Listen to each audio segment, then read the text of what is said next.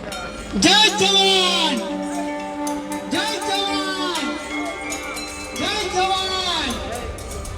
ધરતીપુત્રોની, ધરતીપુત્રોની, કિસાન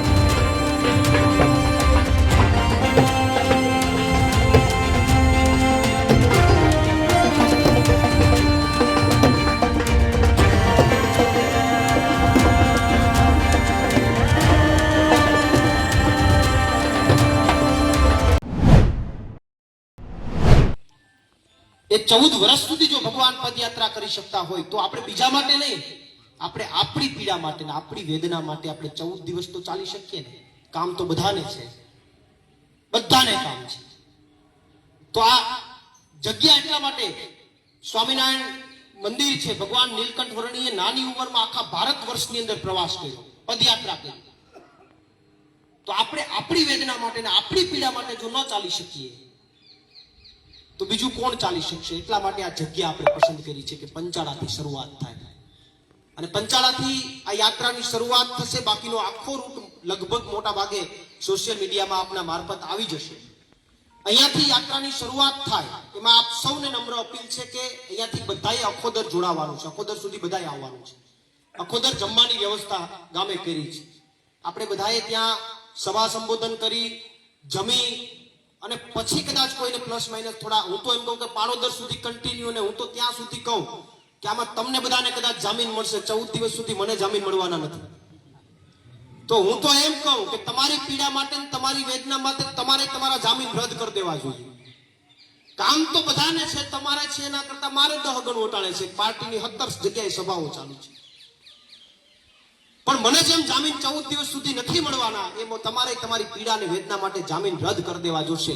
તો જ તમારી પીડા અને તો જ તમારી વેદના ઉજાગર થશે અને દેખાશે.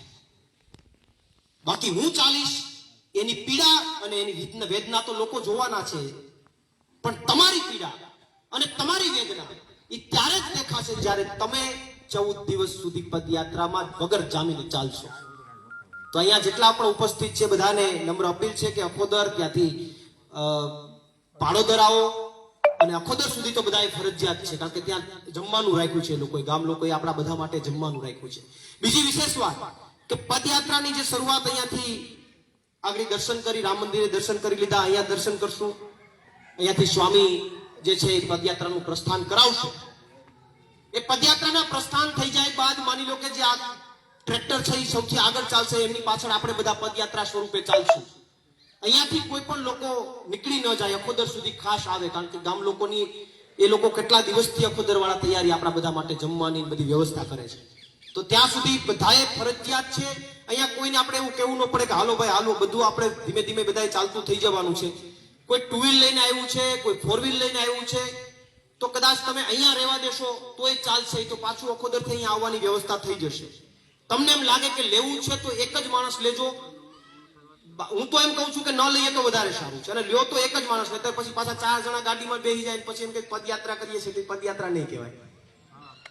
એટલે મૂળ વાત છે, પદયાત્રા એને જ કહેવાશે કે આપણે ચાલતા ચાલતા ત્યાં સુધી જવું. અને હજુ તો જેમ જેમ દિવસો જશે, આ તો પહેલો દિવસ છે, પહેલા દિવસમાં તો મારા ખ્યાલથી મારે બીજા 5, 10, 15 જણાએ ચાલુ કરવાનું હોય, પછી ઓટોમેટિક મોડમાં કારવો બનતો જાય, બીજા 3જા 4થા દિવસે લોકો જોઈન્ટ થતા જાય.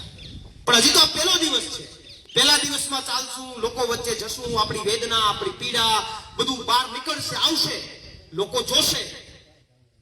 ઘરના લોકો જે હજી સુતા હશે એ જોશે કે ઓહો આ લોકો આપણા માટે નીકળ્યા છે. તો દિવસે ને દિવસે, બીજા દિવસે, 3જા દિવસે, 4થા દિવસે લોકોનો કારવો ધીમે ધીમે વધતો જશે. તો આવનારા દિવસોની અંદર આ કારવો આપણે વધારવાનો છે. અહીંયાથી વિશેષ બીજી કોઈ ચર્ચામાં નથી પડવું. આપણે 5 મિનિટમાં સ્વામીજી આવી જાય એટલે આપણે એમને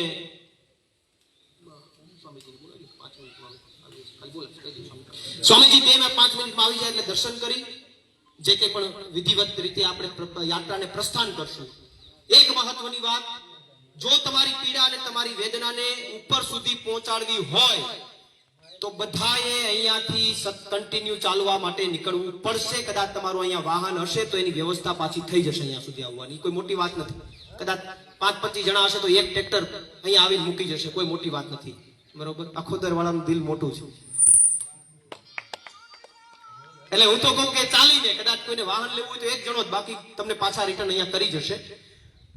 અહીંયાથી બધાએ આપણે પદયાત્રા સ્વરૂપે આગળ વધવાનું છે, ને એટલા માટે વધવાનું છે સાહેબ કે આપણે બધા જો ભેગા થઈને તમે ચાલશો તો જ તમારી પીડા અને વેદના સરકારને દેખાશે. બાકી હું તો માની લો કે 25 જણાને જઈને મને કઈ હાલવા વાંધો નથી, અમે ટેલતા વાતો કરતા લાઈવ થતા હાલતા જાવ, પણ ઈ વેદના મારી જ દેખાશે, મારા પગની જ પીડા અને વેદના દેખાશે, એમાં તમારી પીડા નહીં દેખાય.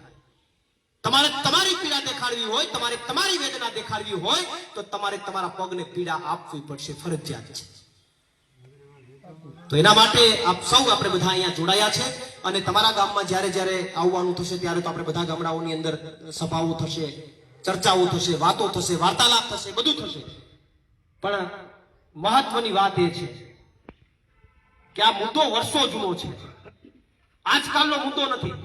તમે બધા દર વખતે આપણે બધા એવું માનીને બેઠા છે કે આ તો આપણા નસીબમાં છે, શું કરી લઈએ, પણ એવું નથી. દરેક સમસ્યાઓનું નિરાકરણ છે.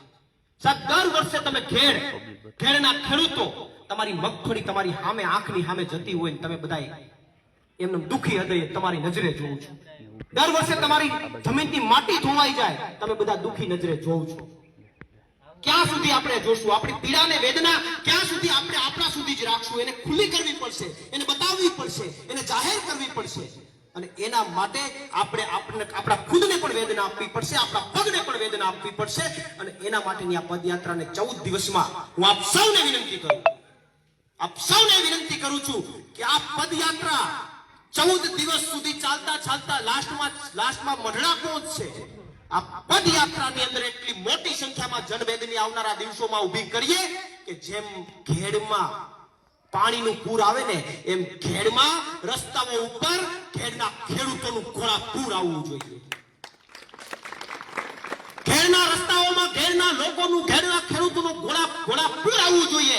તો જ ઓલું પૂર પાણીનું પૂર બંધ થાય, બાકી બંધ નહીં થાય. એટલી વાત યાદ રાખજો.